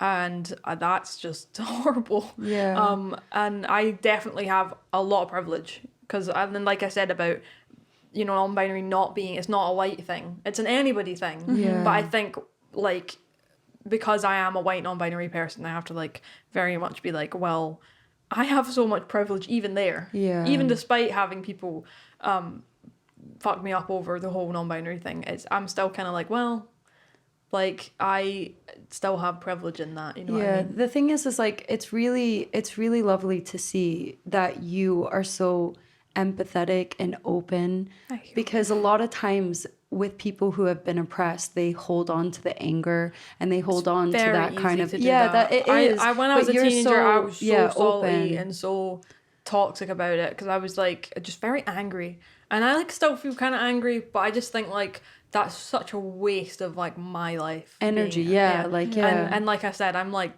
so over being miserable for another decade. So I think that I think if I'm not empathetic to others, they're not going to be very empathetic to me. And you're inviting that kind of energy into your life and attracting those kind of people. I hope so. I mean, some people are that's not gonna work. Yeah. For some people, it's just not gonna work. But you can't really expect people to give you a chance if you don't give them a chance. Yeah. I think that that's why I try and be empathetic, even though some people can just be absolute just bad words. Yeah. Just shits. They can be shits. They can be absolutely shit. But so it's good to be. Basically, I kind of wanted to conclude in a way. How do you feel that you've kind of like looking back on how you were before and comparing yourself to now? What do you think like the biggest differences are, in a way? I suppose the biggest thing is definitely confidence. Like I said, I'm more myself, and therefore I'm more confident about things. But I think like dress sense has changed a lot, because I used to feel like, especially with like again like with pink and everything, I just felt like you're meant My bad. to you were meant to wear certain things in order to like be a certain thing, you know. And then I like thought that's bullshit. Because I used to just like, again, I was trying to hide into the walls, so I would wear just like grey and black and hoodies and just like I had no expression through that. And then I think I went to art school, and then it was like it being art school and it being a bit stereotypical. Everyone's dressed really well. Yes, like not everyone, but like everyone, like everyone's gorgeous at art school. It's so fucking annoying. Like aesthetically, there's not. I walk past people when I go to uni. I'm like, oh, damn, like these people can't show up in sweatpants. It's like a fashion show. Yeah. I mean, you could have to wear them fashionably. Very cool. So I think that not that meant that I have to dress better, but I think that it was like also an opportunity to be like. I'm going to try and find things that I'm comfy in and feel good in and feel like, that's me in the mirror, you know? And my sister helped a lot because she's very good at clothes and styling anyone and everything. So she helped a lot with like just finding things that made me feel comfy, and I think I have a pretty good idea of things that I like. The fashion, and I think that is why it is hard to, you can't just look at somebody and go, they're non-binary. You it doesn't happen. You won't that's just not how you probably have met lots of trans people. You just didn't know they were, because they just look like normal human beings. You know, because they are. Yeah, because they are. They're not freaking lizards and they're not human aliens. suits. Like they're not lizards. They're not like the royal family. True, robots. You know, so I think people probably interact with many more people of a sort than they think, but it's just not, it's only really applicable when you start asking about it or talking about it. Exactly. Or, you know, and I think that I think it's good to be able to do that, to like Nice. not know, because then it's more fun to find out. Exactly. Honestly, like, thank you so much for sharing your experience and Very educating everyone. Yeah, this has been super educational. Yeah, Yeah, it's learned so definitely. I think I something could that- teach better like personal social education than schools because they suck. Like It's yeah, true though. Yeah, luckily, I like, wish that yeah. this stuff got talked about in schools. Yeah. And actually, well, Scotland is one of the first places to like have the education system. It's legal to talk about. The teachers can talk about LGBT stuff now, which was not allowed. It was illegal before. Well, not quite illegal as it was like forbidden, which is the same thing really. But it was teachers weren't allowed to talk about anything to do with being LGBT, or like even if they were, they couldn't. You couldn't talk about it. And now they are making it talking about LGBT history is within the curriculum for schools. Wow, there you go. So we are Scotland, changing. Scotland's pretty cool that Yeah. way. A lot of places that is a big deal. So I mean, so I'd really hope that like new generations get that education, because, you know, I think even if it has nothing to do with gender, like just like sexual, social education is just awful. Like people do not know how to do one of the things in life that is probably one of the most important and damaging if it goes wrong, you know, like whether it be like sex or just relationships generally or identity or gender. Like, I mean, well, they don't even teach sex education for like gay people. It's only ever been straight. So I mean, it's just one of those things Just where so like I think we important. are getting better and better, and I hope that it continues to get better and better to the point that it doesn't even need to be a conversation. It just is. Well, yeah, it just is. I love that. But we Yeah. need to have the conversation before we get to that point. Exactly. And that's what I'm like so happy and grateful for, that we Good. actually have people like you that are willing to talk, because Yeah, a lot of people yeah. I aren't. definitely wouldn't have been, and some people still aren't, and that's fine. But No, you're but gonna the more you inspire a lot of normalize people. it, the more Yeah. absolutely. and I think like a really good place to start for people is pronouns. Yeah. Like if you have an event to organize, or you're doing a meeting or a phone call, or even at the end of emails or your bio and your That's Instagram, like anything, and it just doesn't even, like, you can wear a badge, anything, like even these tiny little small things, especially for cis people to do, because it just like if it's normal, inclusive. if it's normal, if it begins to be normal for cis people, then it's going to be normal for everyone. And like a lot of cis people have a power to like change other cis people's minds more than trans people are able to do that, you know. So like it's just such a simple small little thing that like if we did more, that, you know, maybe that could help ease a lot of anxiety for a lot of people anyway, you know. Exactly, because I even asked you the question because I was like, I had felt, and again, this is me overthinking everything because I don't want to offend anyone. I wasn't comfortable putting she/her on my Instagram profile because I was like, I don't fit into the category of having to like identify, if that makes sense. So I felt like I couldn't do it, but you were like, no, by doing that, you're saying like, I'm with you guys. We should be using pronouns. Like, I'm on your side. Yeah, no, I think one of the things important. is like, I think when they put the Instagram bio thing, there was some people were saying, but like, I'm not trans, I don't have pronouns, and I'm like, you do. Everyone has pronouns. We all have pronouns. It's not. This isn't a trans thing. This isn't new. This is a grammar. This is just like everyone has pronouns. It's about like knowing what ones you use. Yeah. You know. So yeah, it's not. Even if you take the gender right fucking out of it, it's just about telling people this is how I want you to perceive me and talk about me. Yeah. Like. It's just really, if you make it as simple as that, it's like one of the easiest things in the world. Nice. So yeah. Well done. And on that note, Yeah. would you like to plug yourself in and Yeah, plug yourself. Shout out, give some insights, Instagram. say who you are, what Okay. you do, how to find you, Right. Well, promote yourself. My name's Sam. I'm currently a third year animation student at Edinburgh College of Art. Hire her. Sorry, hire them. Yeah, see, There we go. again, See, look, hire them. easily corrected. Exactly, that's what I mean. That's what we want. Yeah, so I'm doing that right now. Hire me when I finish uni because I'm busy.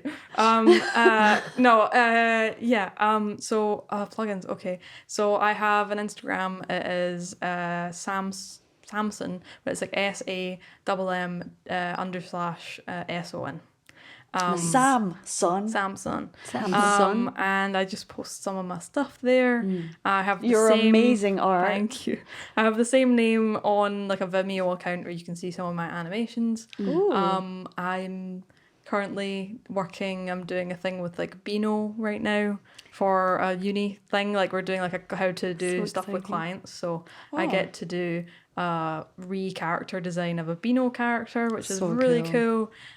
And if it gets finished and it's pretty, they'll publish it. So I will be sharing the When? hell out of that. Well, I have like 2 months to make the film, and then I don't know how long it takes for Beano to be like, yes, we will put it somewhere. Yeah. So I have no idea. I won't find out until it happens. But Good luck. yes, thank you. And yeah, that's. There you I think go. that's Well all the done. plugins I can give at the moment. Not famous yet. I'm joking. Soon. That's no. You I can don't- find me in Vogue. You yeah, can find yeah. You can find me in all the front page magazines. No, not gonna happen. That's not happening. But anyway. Yeah, thank you so much for coming was a on, sharing pleasure. your It was an story, and absolute being so pleasure. open and just Thank you for amazing. listening. Yeah. Yeah, literally, thank like, you for listening. I saw your heart on your Oh. sleeve, and you shared everything, and it was Yes. honestly Yeah. like so. I hope it was super enlightening for other I people hope to so. hear this. Very much so. And I hope people just like think about it. Yeah. You know, you don't have to do Yeah, any food for thought. There you you don't go. have to do Yeah. any big deal fucking dissertation shit on Yeah. it. Just like give it a wee think. Yeah. That's like literally it. Give it That's a what I think mean. and do Look into the history. It's not something that's a trend that's just happened now. Like, I know, yeah. don't like literally step outside of your narrow mind if you Yeah. think that, And and try yeah. and educate yourself. So Yeah. if you don't believe what we're saying, look it up. Yeah. Don't Yeah. just I mean, take there's, our word we'll for try it. to- there's we'll get a some few links links. and I stuff, have yeah. a few like Instagram accounts or a few books even that are brilliant that I that'd could be totally cool. recommend, and a lot of them are not. They're from lots of different perspectives as Yeah. well, so I could give you those, and you can Yeah. put them Nice. in the No, little for sure. description. I guess. And don't get worried if you make a mistake, as I did. Like again, No, as it's- long as you're trying to like make an effort, like Exactly. don't feel uncomfortable to make an effort, Yeah. correct yourself, and train your brain to like think outside of the societal Normal norms box. that have like been pushed onto us since we were kids. Yeah. Exactly. So thank you so much for listening. You can find us on No One's Looking podcast on Instagram, Facebook, what else? YouTube, if you're watching on YouTube. Every No One's Looking platform. podcast. Yeah. And again, we do this as our full-time job. This is our creative outlet. We are artists, I guess, in a sense. Like, yeah, creative peeps. Podcasters. We're also on Patreon. So I think that's how you say it. I feel like I always say it wrong. Patreon. That's how I say it. Yeah, we're it's literally cheaper than a cup of coffee to support us every month. So if you like what you hear, like what we're sharing, then please support us. And if you can't support us, please keep listening as well. P on your on the sound. P right now. Yeah, so thank you for supporting us. Thanks for listening as always. Yeah. And until next time. Until next time. Bye. Nice.